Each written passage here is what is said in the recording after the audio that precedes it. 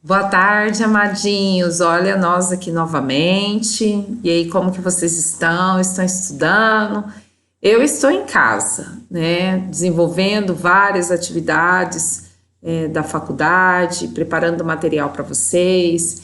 Esse material que nós vamos trabalhar hoje, ele já foi disponibilizado no portal, então é interessante que você tenha ele em mãos. Para as minhas duas turmas queridas da FASIP Rondonópolis, Direito Matutino e Direito Noturno. Nós estamos estudando o poder. E hoje nós vamos ver a separação dos poderes, mas é muito importante que você tenha prestado bastante atenção na aula anterior. Se deu uma esquecidinha, vai lá, dá uma revisada. Olha só, na aula anterior, no grupo de estudo 3, nós estudamos conceito de poder, requisito, elementos, né? Estudamos também a fonte do poder. Vimos que o poder é a relação, o poder ele é uma relação binária. Por quê? Porque é a relação entre pessoas e grupos é a capacidade de agir, aquele que manda, e produzir efeitos, aquele que se submete ao comando, fazer o que o outro determina, ou seja, é a capacidade de alguém definir o comportamento de outro, né? Vimos também que o poder ele não constitui só uma relação de mando, não é simplesmente mandar. Há uma necessidade de que aquele que determina, que tem o comando, outro se submeta e mude seu comportamento para atingir a finalidade pretendida daquele que dá a ordem, né? Vimos os requisitos, que são 3 requisitos que nós pontuamos lá. O detentor do poder, ele precisa possuir os meios ele pode ser o meio ideológico, o meio econômico ou o meio coercitivo, que é o uso da força, tá? Eu só estou fazendo bem um resumão. Além dele ser o detentor do meio, ele precisa conter também o que a doutrina chama de intencionalidade do poder, que é conjugado 2 subelementos, ou seja, intencionalidade do poder é dar o comando, e o outro, ele precisa, que recebe aquele comando, que é isso a intencionalidade do poder, ele precisa modificar o seu comportamento com base na vontade daquele que determinou, não modificou o comportamento por vontade própria. Esse é o segundo elemento. O terceiro elemento é que a mudança desse comportamento tem a finalidade de atingir determinado objetivo. Então, não adianta mudar o comportamento se não atingir determinado objetivo. E aí nós caminhamos, vimos a fonte do poder, vimos que a fonte do poder pode ser tanto a força quanto a autoridade. Vimos que a força é o uso da força física, já mencionei que hoje quem tem legitimidade, o monopólio dessa fonte do poder, que é o modo coercitivo à força, é o Estado, é o poder político que nós vamos falar hoje. Outro detentor, outra fonte do poder que nós vimos foi a questão da autoridade. Adquire status de autoridade aquele que exerce o poder de uma forma estabilizada no tempo, de tal sorte que já se tem uma obediência de maneira incondicional às ordens. E aí nós adentramos na questão do poder político na aula passada, afirmando que o poder político ele é absoluto e soberano, ou seja, não existe outro poder com maior legitimidade e superioridade que o poder político. E assim ele é definido porque é aquele poder exercido pelo Estado que o necessita para fins de governar o nosso espaço territorial. Então, em qualquer forma de sistema político, surge como forma de autoridade o poder político. E nós vimos também algumas características desse poder político na aula passada. Primeira característica, exclusividade, ou seja, apenas o Estado pode, de maneira legal e legítima, exercer o poder político e principalmente o poder coercitivo, né, o uso da força. Universalidade é uma característica porque aplica-se a todos os indivíduos, todos estão submetidos a esse poder político, estão nessa base territorial. Inclusividade, que é a terceira característica, tudo isso, meus amores, da aula passada. Se você está com dúvida, é interessante que você assista a aula passada. Inclusividade é porque compete ao Estado regular as relações sociais. E nós vimos também que se esse poder político ele tem algum limite na aula passada, com todas essas características de ser universal, de ser inclusivo e exclusivo, se ele possui algum limite, já que ele é soberano. E aí nós vimos que o limite é o próprio direito revelado pela Constituição Federal, no nosso caso a Constituição de 1988, nós vamos falar um pouco dela também, na nossa aula aqui, separação de poderes. E nas leis, ele encontra o limite, o poder político, já que nosso direito é um direito positivado, nosso direito objetivo é um direito positivado, é um direito escrito, é um direito expresso, normatizado. Qual que é o nosso sistema mesmo? O sistema jurídico é o civil law, direito positivado. Pois bem, nós vimos tudo isso no nosso encontro passado. E hoje nós vamos, de certa forma, dar continuidade no assunto, porque hoje a gente vai falar da separação de poderes.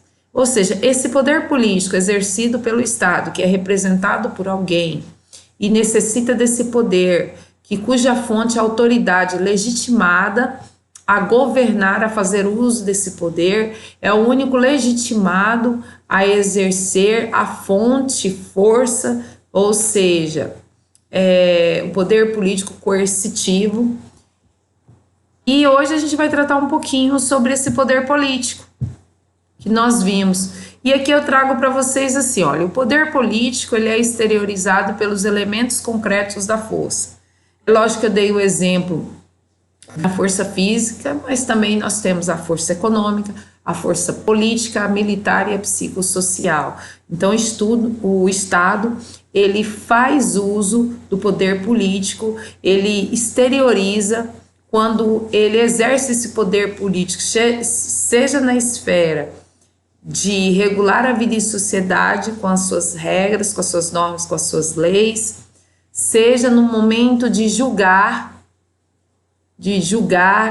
um conflito de interesses entre particulares, seja no ato de governar, de administrar as pessoas, administrar a vida em sociedade. Então, o poder político ele é um instrumento através do qual se alcança uma ordem social. Então, ele tem esse objetivo.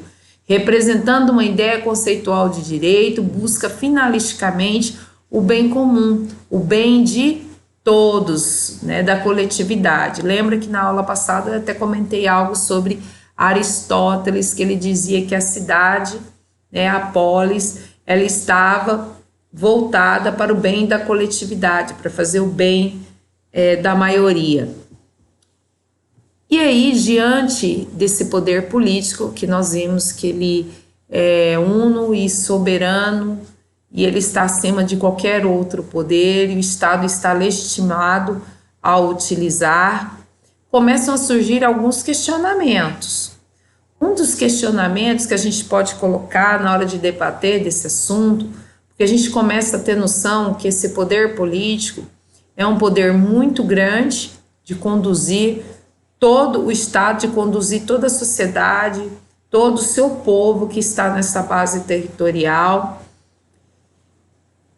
E aí a gente começa até a questionar, se o Estado tem esse poder todo, e ele precisa de alguém que o represente, e a gente começa a questionar assim, se numa sociedade política, a quem se deve confiar o poder de fazer suas leis, de cuidar desse poder político universal, inclusivo, que é regular toda a vida em sociedade?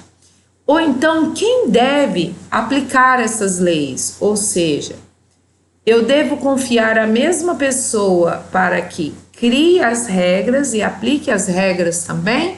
Ou seria interessante fracionar o exercício desse poder? Um vai criar, ou uma pessoa, ou um grupo cria as leis e o outro grupo ou a outra pessoa aplica e faz valer o cumprimento dessas leis. Qual a segurança de que estes homens não abusem das leis que fizerem? Então, assim, que garantia nós temos de que aquele que está representando a vontade do Estado está ali cumprindo a vontade do Estado, governando, exercendo o poder político, não vão abusar desse poder em benefício próprio ou de terceiro, que não seja buscar o bem comum. Ou seja, quem deve deter esse poder supremo no Estado, esse poder político? Seria interessante concentrar esse poder na mão de um ou de um grupo só, ou seria interessante fracionar o exercício desse poder? Pois bem, há muito tempo, e isso eu já estou falando lá, eu estou lá em 400 anos antes de Cristo, já se discutia os problemas da vida política, né? Platão já tratava do assunto, isso lá em 400 anos antes de Cristo, depois 300 anos de Cristo, nós tivemos Aristóteles. Então, Aristóteles, ele já se discutia essa questão de se concentrar um poder tão grande na mão de uma única pessoa, na mão de um soberano. Ele já se discutia a necessidade de fracionar o exercício desse poder político, dessa força que o Estado tem, que ele chamava de polis. Então, é claro que quando ele abordou em seus escritos esse fracionamento, não é como a forma como nós temos hoje, poder legislativo, poder executivo e poder judiciário. Não, ele abordava sobre uma outra concepção, mas já se tem concebido que nos estudos de Aristóteles nós já temos o embrião da preocupação com o princípio da separação de poderes, de fracionamento do poder, para se evitar a concentração do poder na mão de uma única pessoa ou na mão de um único grupo. Então, Aristóteles, de uma roupagem diferente, até mesmo porque o Estado, ele não era o Estado que eles defendiam, o Estado ideal, não é o Estado com as características que nós temos hoje, né? Tinha as características muito particulares da época. E Aristóteles, ele fez um estudo mais lógico, mais racional e mais sistematizado a estudar as constituições de vários estados, né, no período lá na Grécia. Então, ele já falava de um poder deliberativo, que para ele se manifesta em assembleia, seria um poder mais para cuidar das questões das relações entre estados, ou seja, decide a paz e a guerra, faz as leis, revoga essas leis, decreta pena de morte, confisco. E aí ele tratou de um outro poder que seria uma magistratura governamental, ou seja, as pessoas que deliberam acerca dos negócios do Estado, ou seja, administrar o Estado internamente, quem é o grupo, as pessoas que iriam governar, prover a cidade, buscar o bem-estar da população. O poder deliberativo seria o mais próximo do que a gente tem do poder legislativo. A magistratura governamental seria bem próximo do nosso poder executivo de administrar. E a jurisdição, ele tratava da questão dos juízes eleitos ou sorteados entre cidadãos escolhidos para determinados assuntos. E aí ele discorre sobre 8 órgãos distintos, que a gente poderia, assim, classificar como se existisse aí a vara criminal, a vara da fazenda pública, né? Ele faz uma divisão em 8 categorias para se tratar dos conflitos e dos assuntos que seriam um pouco próximo do que a gente tem hoje do poder judiciário. Então, já em Aristóteles, nós temos o embrião da discussão, mas ele não foi o ponto forte para se chegar no modelo que tem hoje, embora ele tenha sido inspiração para um outro cara aí que eu vou trazer para vocês, que é Barão de Montesquieu, ok? Que aí a gente já pula lá na frente em 1700. Outro que nós temos é John Locke. John Locke, ele também, em 1600 e pouco, ele tratou da questão, vários outros, tá, gente? Eu trouxe aqui só os principais. Ele também tratou da necessidade de fazer uma divisão do exercício do poder político. É claro que nós estamos aí em 1600, num período do Estado absolutista, né, do soberano, em que tudo se concentrava na mão do soberano, vivenciando aí o período das trevas. Por isso ele foi chamado de um liberal iluminista. O que significa essa expressão, professor, aqui, ó, vou até marcar para vocês, porque liberal,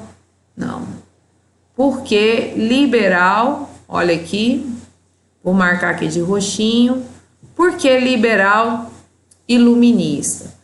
Liberal porque vem do liberalismo, de Estado liberal, lembra do que eu falei para vocês, que são os defensores que dizia que o Estado ele deveria se afastar um pouco, né, das relações entre os particulares e prover, respeitar alguns direitos que eram concebidos como direito natural, lembra?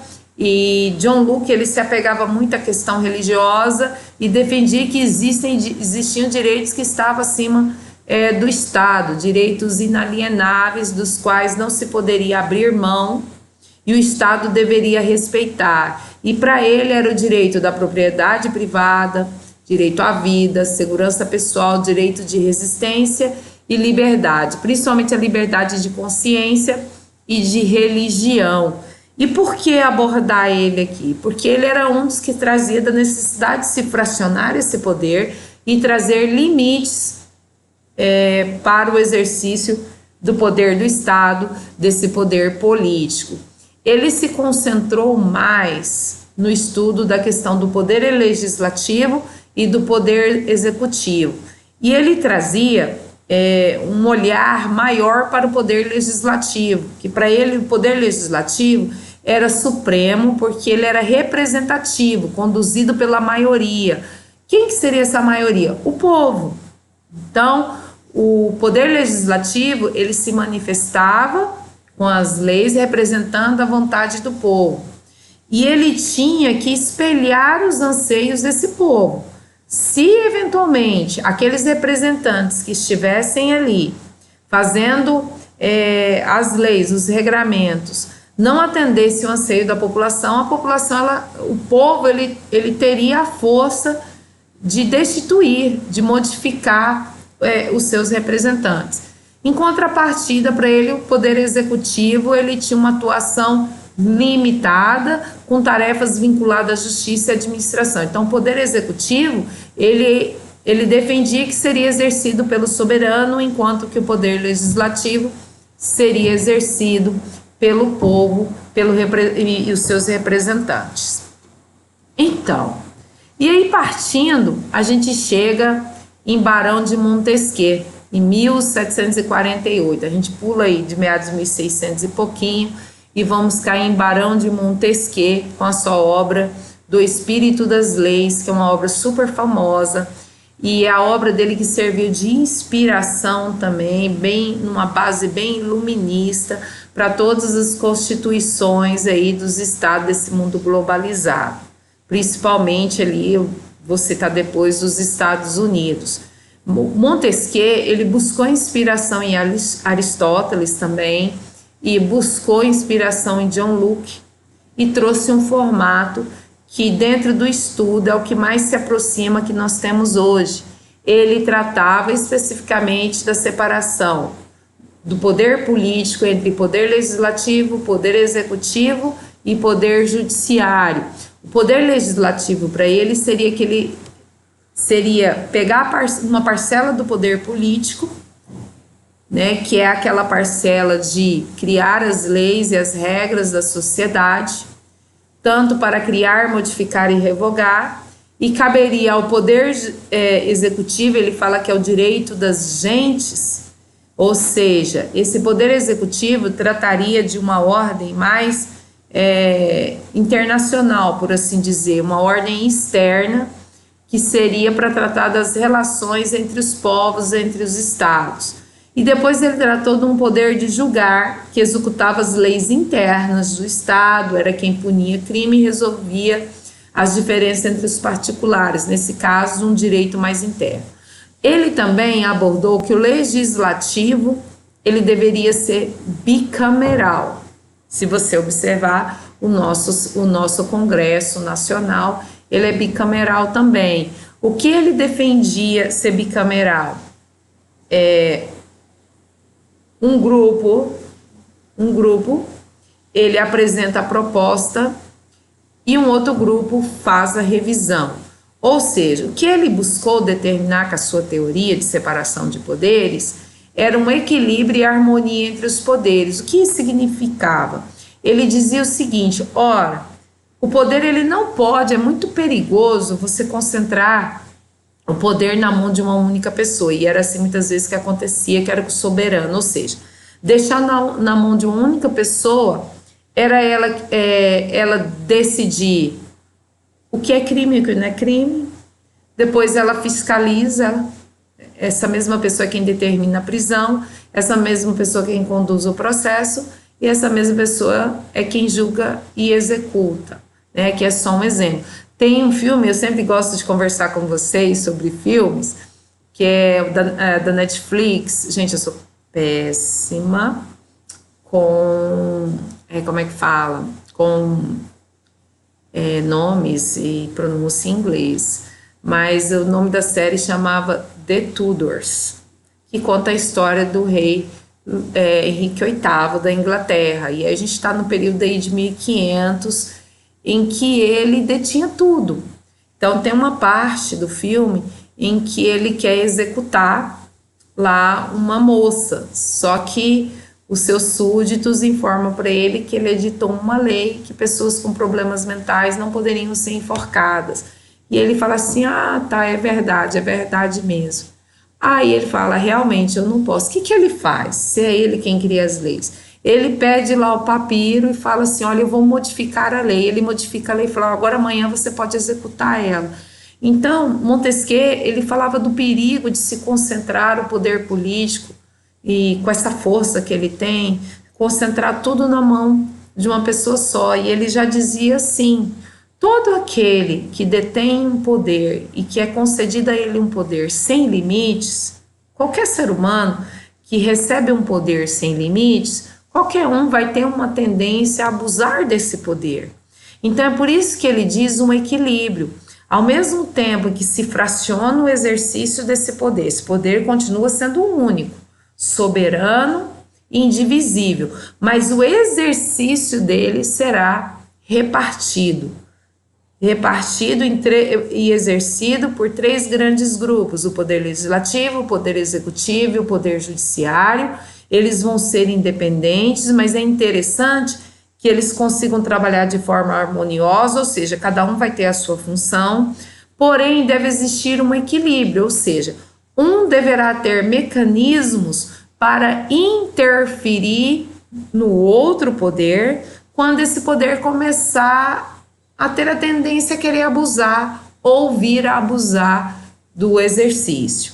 Esses que estão representando o Estado. Então, em 1748, na obra Espírito das Leis, essa obra eu coloquei como indicação de biblioteca para vocês, é uma obra barata, a aquisição dela, aquele site estante virtual, vocês conseguem até num preço bacana, tá? Para ter na biblioteca de vocês. Ele tem outras questões interessantes que ele trata na obra dele, é uma obra bem extensa, tá? Mas muito interessante para quem gosta, principalmente de gestão pública, tá? E aí, para a gente fechar esse contexto histórico, essa primeira parte da aula, eu queria trazer para vocês a Constituição Americana de 1787. Ela já trouxe de uma forma bem clara e direta e objetiva a divisão rígida dos poderes. Cabe ressaltar que a Constituição Americana ela é a mesma, ela nunca modificou. Até hoje os Estados Unidos eles possuem apenas uma Constituição. Já até expliquei em sala de aula a diferença, porque nós possuímos, né, a nossa história bem mais do que uma Constituição. Nós tivemos várias Constituições, a nossa última é a Constituição Federal de 1988, bem jovem. Até mesmo porque a Constituição deles é uma Constituição sintética, principiológica, lembra? O que é uma Constituição principiológica? Ela é bem fundamentada em princípios, ela contém poucas regras, né? Suas normas contêm poucas regras, mas contém bastante princípios interpretativos dentro do sistema deles, que é o sistema common law, tá ok? E a Constituição americana, ela já traz, e lá em 1787, o sistema de freios e contrapesos. O que é isso, professora? Sistema de freios e contrapesos, conhecido também como sistema check and balance. A Constituição, ela faz a repartição do poder legislativo, executivo e judiciário, dá uma função específica para cada um vai ter sua função, ou seja, divide ali o poder político do Estado em três grandes grupos, dá uma função para cada um específica, para que eles tenham independência, mas busca um equilíbrio ao se estabelecer limites, ou seja, uma forma de um poder interferir no outro. Mais para frente, olha só, bem próximo, 1787, depois em 1789, lá na França, nós tivemos a Revolução Francesa também, bem representativa assim, do iluminismo, do Estado liberal, de um Estado mínimo que não interfira tanto na vida do particular, a Declaração dos Direitos do Homem e do Cidadão. E essa declaração, ela também tratou do princípio da separação de poderes, dessa necessidade de fracionar o poder político para se evitar que esse poder político ele fique concentrado na mão de uma única pessoa. Professora, o que é esse poder político mesmo? É aquele poder exercido por uma autoridade que detém o poder coercitivo da força, de regrar a vida em sociedade, de governar, de determinar o nosso comportamento, e nós sujeitamos a esse comportamento, a essas ordens, não é o que... Olha o que nós estamos vivenciando hoje, o exercício do poder político, dos governos, exercendo esse poder para manter a ordem social e buscar o bem comum de todos. Pois bem, então a gente está em 1789, 1787, e o Brasil, professor, porque o Brasil é de 1500. Pois bem, em 1824 nós tivemos a Constituição Imperial. E a nossa Constituição Imperial de 1824, ela acompanhou também todo esse movimento do mundo aí, que veio em 1748 com o Barão de Montesquieu, com o espírito das leis, esse movimento iluminista de separação de poderes e dar limite para o Estado, de declarar direitos individuais que o Estado tem que respeitar. A nossa Constituição Imperial de 1824, dada a nossa independência, ela também fez previsão da divisão de poderes, poder legislativo, executivo e judiciário. Mas eu quero chamar atenção para isso aqui, ó. Observe aí. E sublime, meus amados. Mas o Império, ele inovou. Dom Pedro inovou. O que ele fez? Ele criou um quarto poder. O poder moderador. Criação dele, tá? Porque Montesquieu não dizia desse poder moderador. Ele acompanhou todo o movimento que estava no mundo, na França, nos Estados Unidos, e criou os três poderes. Mas ele criou um poder moderador. Esse poder moderador ficava concentrado na mão do imperador. E era um poder que estava acima desses três poderes. Era um poder, o poder moderador era exercido pelo soberano, pelo rei, por Dom Pedro, e ele poderia interferir em todos os três poderes. Inclusive, ele interferiria também nas ações da igreja, nas nomeações de bispo. Isso estava previsto na Constituição Imperial de 1824. Então, embora ele tenha acompanhado todo esse movimento que estava acontecendo no mundo, olha só, a Constituição Americana já instituindo o presidencialismo, Revolução Francesa brigando pelos direitos individuais, o Estado liberal, a nossa Constituição Imperial fez previsão, mas o imperador, ele criou esse poder moderador, enfim. ele continuou detendo o poder político em suas mãos. Essa era a intenção dele. Mas esse poder moderador ele foi extinto com a Constituição da República de 1891. Em 1891, acabou esse poder moderador, ficando tão somente os três poderes legislativo, executivo e judiciário. Gente, interessante que nessa época, por exemplo, no poder legislativo, os senadores, eles tinham a nomeação vitalícia, tá? Eles exerciam o cargo enquanto estivessem vivos. Era como imaginar se fosse hoje chegar no Congresso ali e encontrar pessoas de 90 anos. Então, assim, enquanto estavam vivos eram senadores, tá? O cargo era vitalício.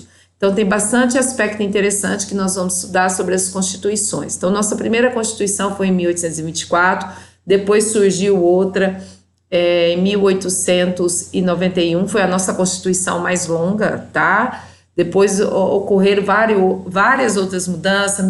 Nós temos Constituição na década de 30, década de 40, década de 60, e temos a nossa Constituição de 1988, que nós vamos falar lá mais na frente. Então, o que nós temos hoje do nosso mundo moderno?